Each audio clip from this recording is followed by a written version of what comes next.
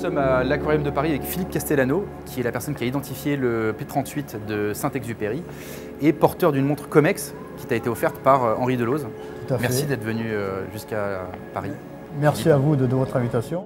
Le lien avec la montre est que lorsque la gourmette est découverte le 7 septembre 1958 par le pêcheur Jean-Claude Bianco à Borzon-Chalutier et son second Bibi Benamor, de suite le pêcheur va contacter Henri-Germain Deleuze parce qu'il sait qu'Henri-Germain Deleuze avec la Comex, société bien entendu mondialement connue. Oui, tu peux nous préciser ce qu'est la Comex, c'est la compagnie... La Comex, c'était la compagnie maritime d'expertise, l'acronyme Comex, compagnie maritime d'expertise.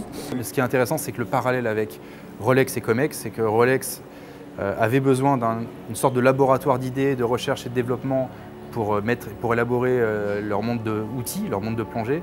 Et justement, ils ont fait appel avec la Comex, qui était une presque première collaboration pour avoir des outils beaucoup plus perfectionnés. Et du coup, c'est en l'occurrence des plongeurs comme toi ou comme des autres plongeurs de la Comex qui remontaient des informations pour justement avoir des matériaux de meilleure qualité, d'avoir des index luminescents à une certaine profondeur. Et donc, du coup, ça a été vraiment une collaboration qui a duré depuis les années 60 jusqu'à 2000. Tu vois que tu as été le dernier quasiment à avoir... C'est une montre de ce type-là. Alors voici le bateau de l'Horizon de Jean-Claude Bianco. C'est à bord de ce bateau qu'a été, lors d'un chalutage le 7 septembre 1998, qui a été remontée la fameuse concrétion marine dans laquelle était englobée la gourmette d'Antoine de Saint-Exupéry. Depuis 60 ans, 50 Ça faisait 56 ans que c'était sous la mer, et tout à fait.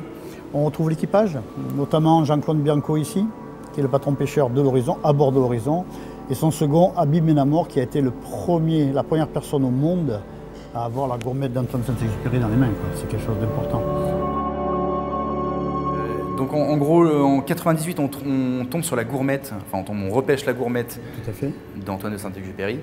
En quelle année tu identifies cette... Alors, Luc Vanrel déclare officiellement la découverte de l'épave de l'avion comme étant celle de l'avion d'Antoine de Saint-Exupéry en mai 2000.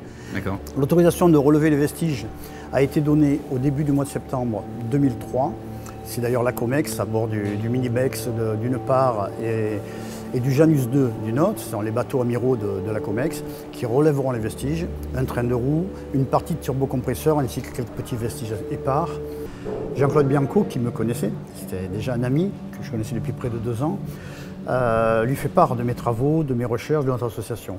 Immédiatement, je suis contacté par Henri Deleuze qui dit « Bon, vous allez venir travailler avec nous, vous allez venir sur le bateau, nous allons faire des recherches et j'ai besoin de vos yeux, de vos connaissances et vos compétences pour nous dire si on a des bons morceaux, du bon avion pendant toutes ces recherches. » C'est ainsi que je me suis retrouvé englobé dans cette petite équipe de fouilles et de recherche sous-marine avec toute l'équipe de la Comex, notamment les ingénieurs des bateaux Mini-Bex et Janus II.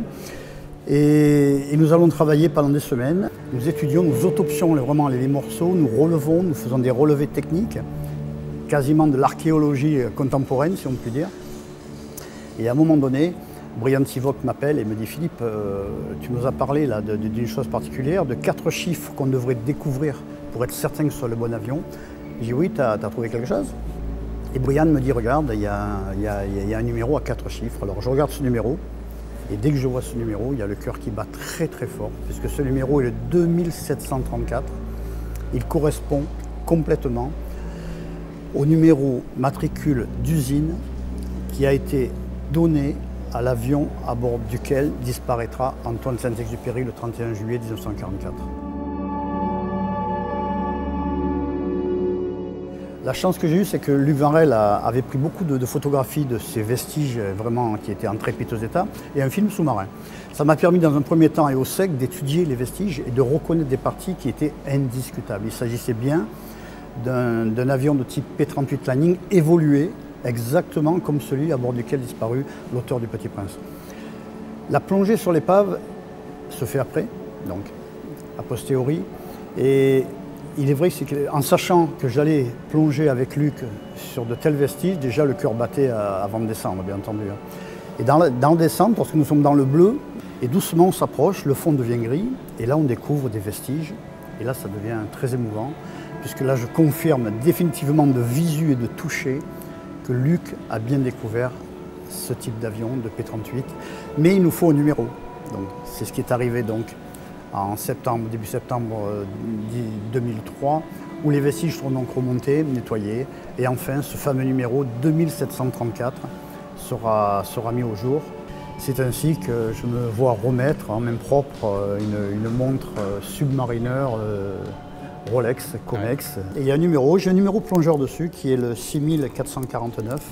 Donc qui est ton numéro attribué. Qui est mon numéro attribué, qui est ici, on le voit ici. C'est une gravure particulière Oui, c'est typique des montres, des Rolex qui ont été donnés à la Comex. C'est typique. On retrouve ce numéro plongeur dessus. Donc avec ça, on identifie immédiatement le plongeur à qui elle appartenait, avec son histoire, bien entendu, son suivi. Alors, ce qui est marrant sur cette montre, là, tu as l'inscription Suisse T inférieur à 25. Ça veut dire ? Le T, c'est ce qui veut dire tritium. C'est la matière luminescente qui est sur les index et les aiguilles. Celle-là, ça fait partie des dernières qui sont encore les cadrans au tritium. Oui. Donc une valeur pour les collectionneurs parce que c'est la fin d'une ère avec ce type de luminescence. Après, un petit peu après, on passe au Luminova, qui est une autre matière luminescente qui est sur les index et les aiguilles et qui est plus performant. L'avantage du tritium, c'est que ça se patine avec le temps.